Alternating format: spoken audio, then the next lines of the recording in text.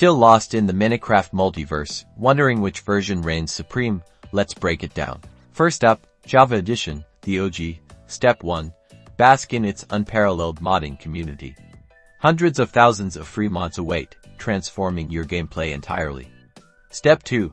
Master complex redstone contraptions. Java's redstone mechanics are intricate, allowing for incredible builds. Step 3. Embrace the hardcore community. Java boasts dedicated servers with unique rule sets and challenging gameplay. Next, Bedrock Edition, the cross-platform champion. Step 1. Play with friends, regardless of device.